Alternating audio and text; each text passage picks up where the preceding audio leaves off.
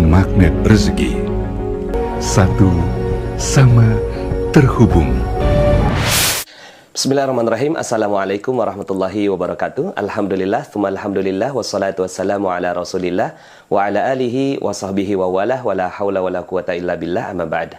Alhamdulillah, senang sekali bisa bertemu kembali di channel YouTube Magnet Rezeki. Saya doakan Anda semua mendapatkan keberkahan, kemuliaan, kejayaan, ketinggian dari Allah Subhanahu wa Ta'ala, sehingga Anda semakin dekat dengan cita-cita Anda, harapan Anda, hajat-hajat Anda, dan juga semakin dekat dengan Allah Subhanahu wa Ta'ala. Amin ya Rabbal Alamin.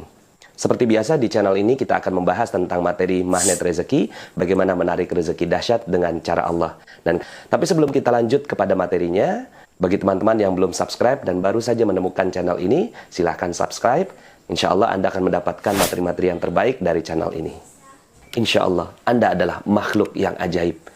Tinggal kita sempurnakan faktor-faktornya.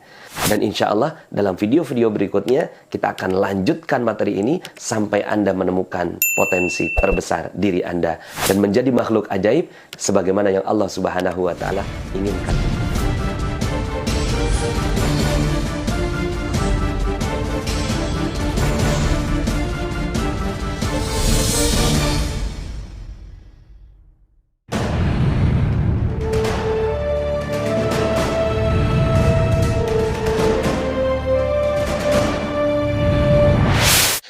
Bismillahirrahmanirrahim. Assalamualaikum warahmatullahi wabarakatuh. Alhamdulillah, tsumma alhamdulillah, wassalatu wassalamu ala rasulillah wa ala alihi wa sahbihi wa walah, wa la hawla wa la quwata illa billah, amma ba'd. Alhamdulillah, senang sekali bisa bertemu kembali di channel YouTube Magnet Rezeki. Saya doakan Anda semua mendapatkan keberkahan, kemuliaan, kejayaan, ketinggian dari Allah Subhanahu wa Ta'ala, sehingga Anda semakin dekat dengan cita-cita Anda, harapan Anda, hajat-hajat Anda, dan juga semakin dekat dengan Allah Subhanahu wa Ta'ala. Amin ya Rabbal Alamin.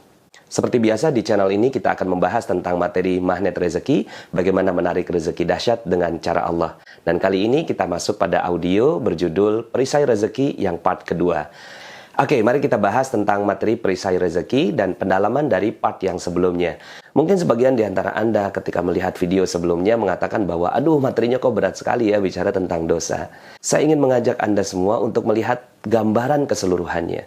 Bahwa sebenarnya Allah Subhanahu wa Ta'ala berikan keajaiban untuk Anda. Kan di video sebelumnya saya sudah mengatakan bahwa manusia itu ajaib. Anda adalah orang yang ajaib. Tapi kenapa tidak ajaib? Karena ada dosa yang menghalangi. Sebenarnya bicara tentang logika ini malah jauh lebih sederhana dibandingkan dengan ilmu-ilmu yang selama ini kita pelajari. Kita ingin mendapatkan sesuatu lalu kemudian kita bekerja keras. Padahal sebenarnya tidak perlu bekerja keras seperti itu. Kalau seandainya kita tahu logika berpikir ini.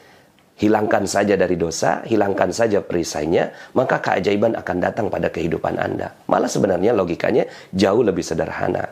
So, saya ingin mengajak Anda semua untuk melihat ini sebagai sebuah proses. Ketika kita ingin mendapatkan keajaiban, maka sederhana. Hilangkan saja dosanya, maka insya Allah rezeki akan datang dengan sendirinya. Kan sederhana. Dibandingkan dengan kita harus bekerja keras. Betapa banyak orang yang bekerja keras. Tapi dia masih menggunakan perisainya kemana-mana. Ya, dia pegang perisainya, dia pegang dosanya. Kemudian dia berusaha, dia bekerja, pergi pagi pulang sore, pergi pagi pulang malam. Bukannya malah mendapatkan sesuatu, malah dia akan mendapatkan hal yang tidak nyaman dalam kehidupannya. Ilmu magnet rezeki tujuannya bukan untuk memperberat. Sebaliknya, ilmu magnet rezeki bahkan untuk memperingan kita mencari rezeki. Ketika Anda sudah mau menerima logika ini bahwa perisai rezeki kita lah yang menghalangi dari keajaiban rezeki kita, maka bismillah, materi yang berikutnya akan bermanfaat untuk kita semua. Perkenankan saya menceritakan tentang awal mula saya bertemu dengan ilmu magnet rezeki ini. Satu saat saya berjalan bersama dengan sahabat saya, ada 12 orang. Ada satu orang sahabat saya bertanya kepada seorang guru, "Kiai, kenapa sih hidup ini penuh krisis, ngantri BBM, banyak orang miskin, dan seterusnya?" Saat itu saya masih berpikir logika. Ya iyalah mungkin karena orang tuanya nggak kasih pendidikan. Ya iyalah mungkin karena dia malas. Ya iyalah mungkin dia nggak memiliki ilmu bisnis, dan seterusnya. Tapi ternyata pertanyaan sesederhana itu dijawab dengan serius oleh Kiai. Kiai bertanya balik, sebenarnya untuk apa diciptakan manusia? Saya menjawab untuk beribadah gitu ya.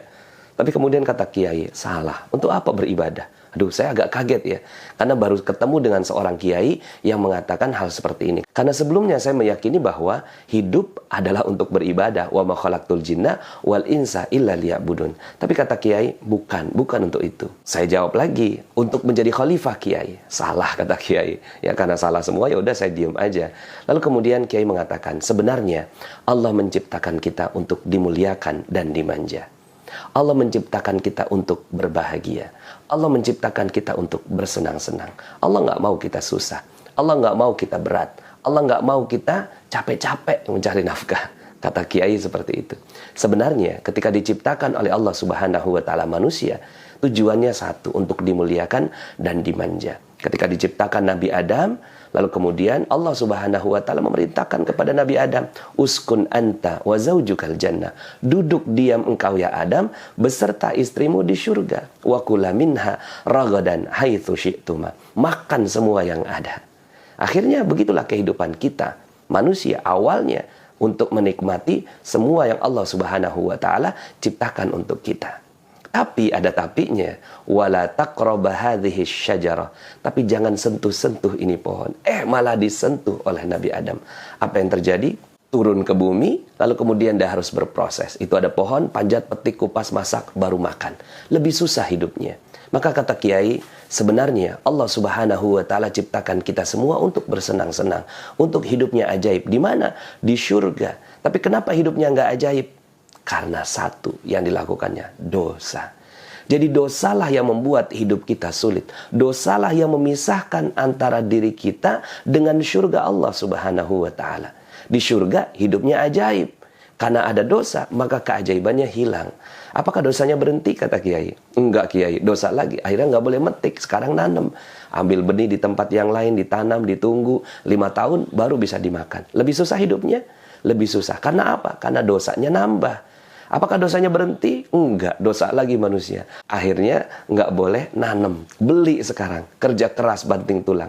Pergi pagi pulang sore, pergi pagi pulang malam untuk membeli sesuatu. Lebih susah hidupnya kata kiai. Iya kiai, lebih susah. Ya, dosanya berhenti? Enggak kiai. Akhirnya nggak boleh beli, ngutang sekarang. Beli jilbab ngutang, beli panci ngutang, beli baju majlis taklim ngutang. Ya, akhirnya ngutang jadi gaya hidup. Dia gesek-gesek itu kartu, pakai kartu kredit dan seterusnya.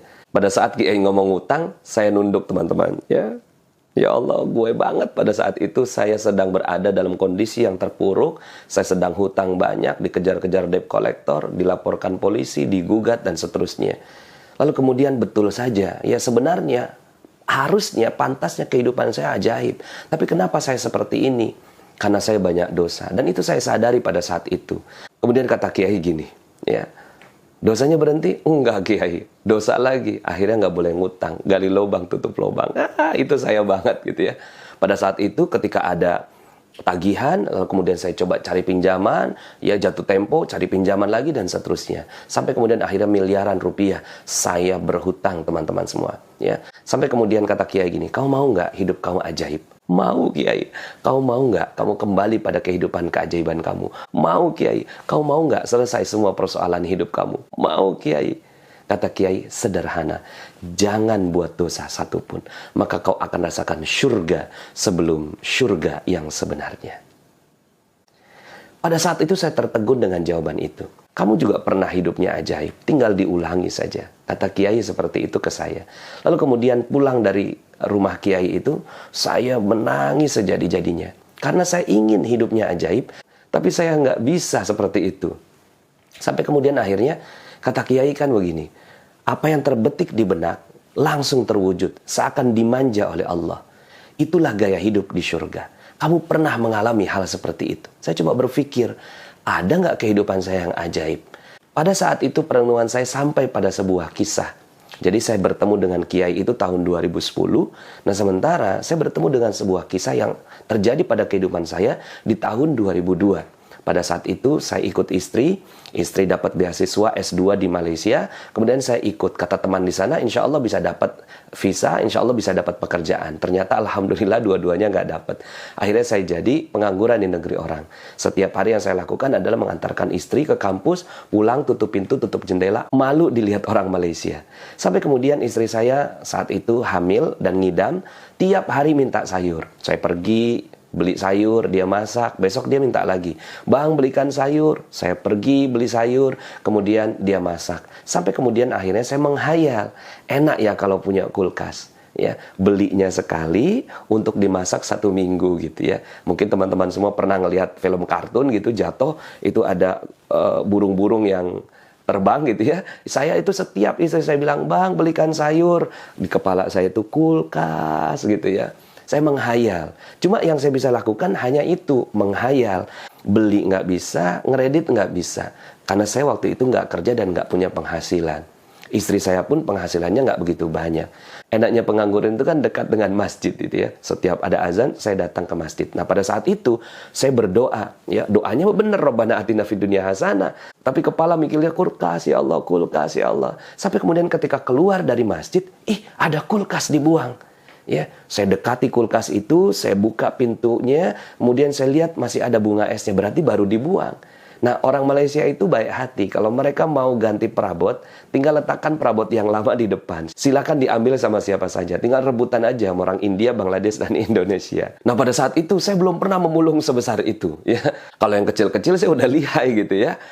Sepatu, sendal, blender, mainan anak itu udah lihai. Tapi ini kan besar. Apalagi saya sedang diawasi oleh polisi imigrasi. Kemudian saya telepon teman saya, "Pak Dodi, ini ada kulkas dibuang. Boleh nggak kita tarik?" "Jomlah, tariklah." Kemudian akhirnya teman saya itu bawa motornya, letakkan di atas motor, nyampe rumah, nyala. Oh, ini yang dimaksud sama Kiai. Kamu pernah hidupnya ajaib. Pada saat itu saya berpikir, oh mungkin ini yang dimaksud Kiai. Saya pada saat itu nggak bekerja, saya nggak beli itu kulkas, saya nggak nyicil itu kulkas. Kemudian kulkas itu datang pada kehidupan kami hanya dengan berpikir, oh ini barangkali. Ya, kata Kiai, terbetik di benak, langsung terwujud, seakan dimanja oleh Allah. Pada saat itu teman-teman semua, saya seperti memiliki energi yang luar biasa. Oh iya betul, saya pernah hidupnya ajaib. Dan kata Kiai, tinggal diulangi. Nah, faktor yang saya pelajari adalah, kita nggak mungkin juga kan, ya, nggak buat dosa satupun gitu ya. Mana mungkin, kata Kiai kan, jangan buat dosa satupun. Kita manusia biasa. Oke, mungkin orang-orang seperti Kiai, orang-orang yang waro, yang zuhud dan seterusnya sudah mampu seperti itu.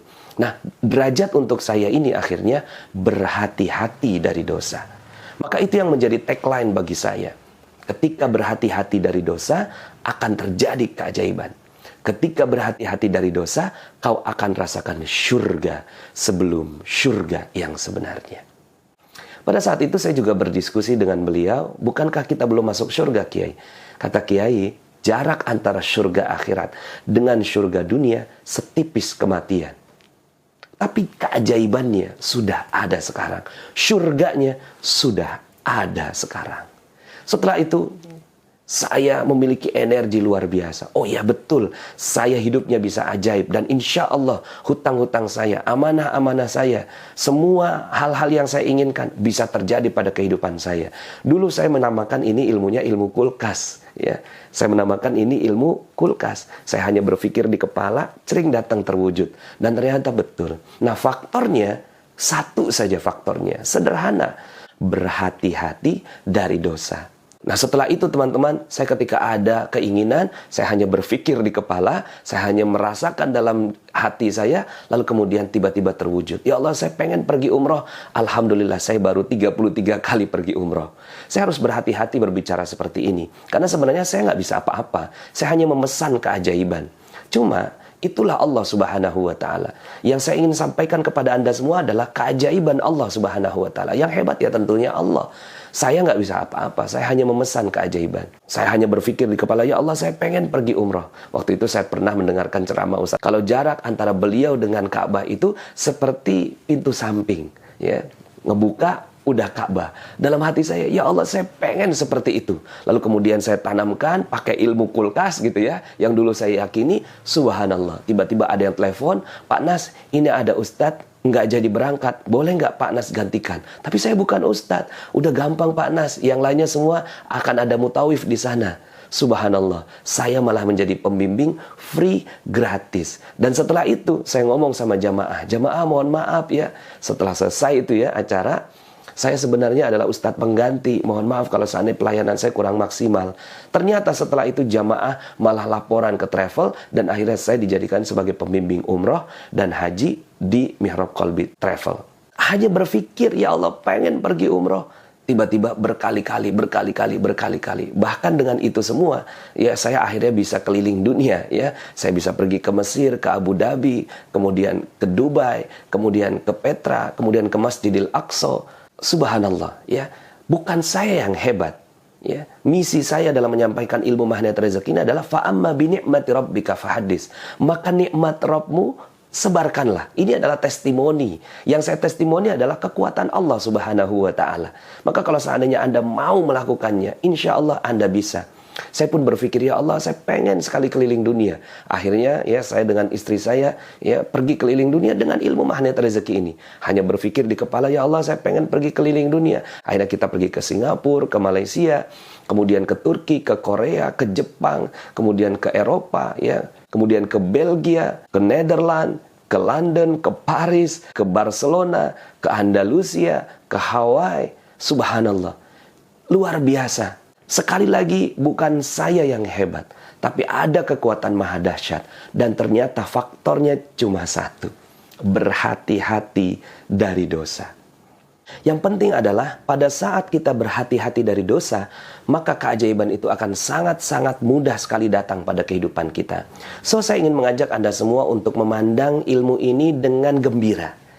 Saya ingin mengajak Anda semua memandang ilmu ini dengan optimis, ya. Bukan dengan memandang, saya kan banyak dosanya. Tidak. Allah Subhanahu wa ta'ala mau mengampuni dosa-dosa kita. Asalkan kita mau mendekat kepada Allah Subhanahu wa ta'ala.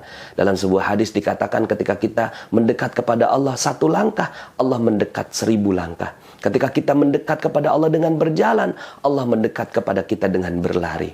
Kita semua makhluk penuh dosa. Bahkan mungkin saya dosanya lebih banyak daripada Anda. Pada intinya, Anda adalah orang yang ajaib. Asalkan mau menurunkan perisai rezeki. Asalkan mau menurunkan dosa kita. So, bagi teman-teman yang ingin rezekinya berlimpah, hutangnya lunas, piutangnya terbayar, proyeknya berjalan lancar, gajinya naik, jabatannya tinggi, badannya makin sehat dan prima, kita turunkan perlahan-lahan perisai rezeki kita. Setelah itu, Anda minta apa saja kepada Allah Subhanahu wa ta'ala, maka insya Allah Dia akan mengizinkan keajaiban itu terjadi pada kehidupan Anda.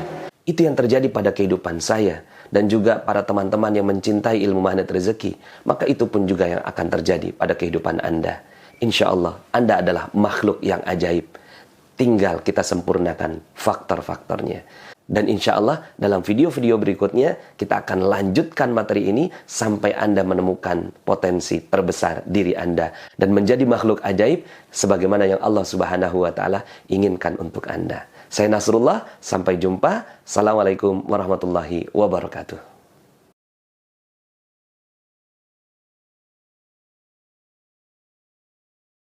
Pada saat Kiai ngomong hutang, saya nunduk teman-teman semua.